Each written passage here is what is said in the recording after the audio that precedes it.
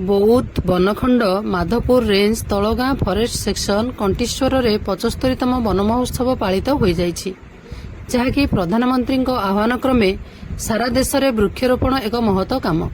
वृक्ष बिना बंचिबा असंभव, एणु जड़े माँ गोटे गछ लगाइबा अति जरूरी। एही पवित्र तिथि रे समस्त अनुष्ठान विद्यालय कॉलेज आदि स्थान मानकरे जुलाई 1 तारिखରୁ 7 तारिख पर्यंत वन महोत्सव पालित होइथाय। एही परिप्रेक्षी कंटीश्वर ग्राम जंगल रे आज विभिन्न चारा तथा आंब, पणस, जामु, तेंतुली आदि 7 हेक्टर जगार प्राय 11,000 चारा लगाजिबार शुभारंभ हो जाइछि। एही वृक्षरोपणर आरंभ में मुख्य अतिथि भाव तलगां पंचायतर सरपंच श्रीमती प्रतिमा कंवर उपस्थित रही प्रथमे धरणी मां निकटरे ग्रामर वयोज्येष्ठ व्यक्ति पूजार्चना कर गछ लगाइबार शुभोद्घाटन करथिले।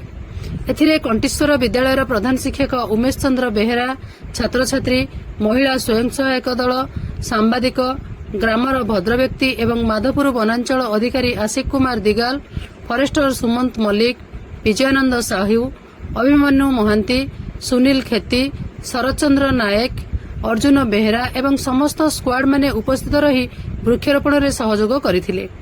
एही अवसर में श्री दिगाल ग्रामर समस्त महिला एवं छात्र छात्री को गछ लगाइबार उपकारिता एवं गछ वृक्ष द्वारा वर्षा अधिक होइथाय एवं वायु दूषित होई नथाय, एणु समस्त को निवेदन करी कहिथिले वृक्ष ही जीवन, गछ बिना बंचिबा असंभव। एणु छोटरू बड़ पर्यंत समस्ते गोटे गोटे गछ लगाई बंचाइबाकू शपथ नेइथिले। बौद्धरू बद्रीनाथ सामलଙ୍କ सहित चित्तरंजन सिंह का रिपोर्ट, मो जिला खबर।